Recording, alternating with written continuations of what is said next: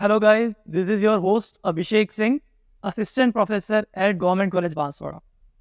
आप लोगों ने थंबनेल में देखा कि क्या जनरल की सीट्स कम हो सकती है, घटेगी? क्या ओबीसी ईडब्ल्यूएस को नुकसान होगा? ये सारा डिटेल्ड एनालिसिस करेंगे छोटी सी वीडियो में।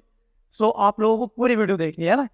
एंड मामला क्या है, मुद्दा क्या है, वो समझने के लिए ये जिस प्लेलिस्ट में वीडियो है उसकी बाकी वीडियोस भी आप लोग देख लीजिए, आपको समझ में आ जाएगा मामला क्या है। शॉर्ट में समझे तो आप देख सकते हैं मेरे थंबनेल में पीछे जो मैंने बैकग्राउंड लगाया है, उस बैकग्राउंड की हेडिंग को मैंने हाईलाइट किया हुआ है, वो आप देख सकते हैं। 16 मुख्य विषयों में एससी और एसटी वर्ग के कुल 134 पद हुए कम, आरक्षण नियमों का नहीं किया गया पालन। ये दैनिक भास्कर न्यूज़पेपर 16 जुलाई की कटिंग है। सो सिर्फ ये कटिंग की बात नहीं कर रहे हैं, उसके अलावा भी कई चीज़ें हुई हैं जो आप लोगों को मैं पिछले वीडियोस में बता चुका हूँ। उसके आधार पर हम ये डिस्कस कर रहे हैं।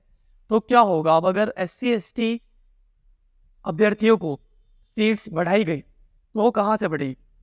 तो इसकी दो पॉसिबिलिटीज है, दोनों पॉसिबिलिटी हम डिस्कस करेंगे। ज़्यादा किसके चांसेस है वो भी बताएंगे। एक तो पॉसिबिलिटी सीधी थी जो थंबनेल पे आपको दिख रहा है कि जनरल सीट्स कम होंगी, अनरिजर्व सीट्स कम होंगी एंड सीट्स बढ़ जाएगी एससी एसटी की जितनी बढ़नी चाहिए उतनी, है ना, जितना रिजर्वेशन परसेंटेज है उसके अकॉर्डिंग। तो क्या इससे ओबीसी और ईडब्ल्यूएस को नुकसान होगा? ओबीसी और ईडब्ल्यूएस को डायरेक्टली कोई नुकसान नहीं, है ना। उनके सीट्स का नंबर जो विज्ञप्ति में है वो कम नहीं होगा, है ना, वो डायरेक्टली नुकसान नहीं होगा। बट क्या इनडायरेक्ट नुकसान है? यस, इनडायरेक्ट नुकसान है। आप सोचिए कि जनरल की अगर 10 सीट थी और ओबीसी की 5 सीट थी फॉर एग्जाम्पल, तो ओबीसी के कुछ अभ्यर्थी जनरल की कट ऑफ क्लियर करके ओबीसी की 5 सीट्स को छोड़ के जनरल में जा सकते थे, समझ रहे हो।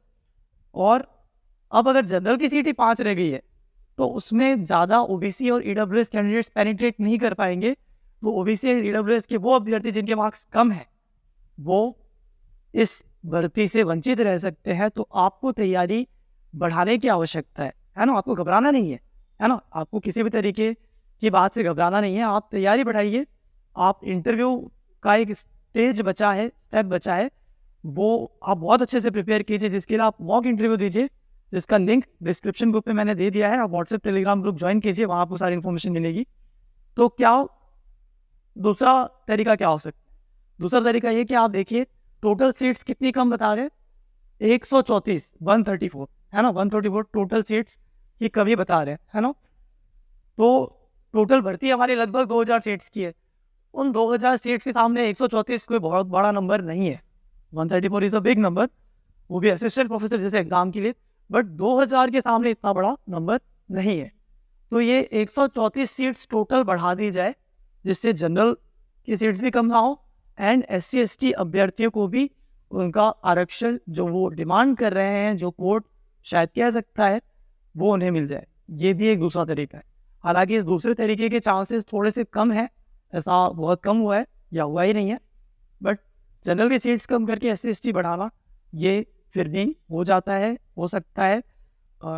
जो भी इस पे फैसला आएगा वो माननीय उच्च न्यायालय का आएगा। तो फैसले के बाद ही कोई भी चीज़ पुख्ता रूप से बताई जा सकती है। जस्ट एक एनालिसिस है, आपको घबराना नहीं है। चाहे आप एससी एसटी वर्ग के अभ्यर्थी है, चाहे आप जनरल ओबीसी या ईडब्ल्यूएस के अभ्यर्थी है, आपको घबराना नहीं है। आप अपनी तैयारी जारी रखिए, है ना। ये जस्ट एक एनालिसिस है एंड आप मॉक इंटरव्यू कीजिए, मॉक इंटरव्यू का प्रिपरेशन कीजिए, जिसके लिए हमने लिंक दे दिया डिस्क्रिप्शन में, आप ग्रुप ज्वाइन कर लीजिए। हम और भी आगे जानकारी लाते रहेंगे इसी तरीके की। आप वो सभी जानकारी जानने के लिए वीडियो को लाइक कर दीजिए, चैनल को सब्सक्राइब कर दीजिए, जुड़े रहिए। Thank you very much.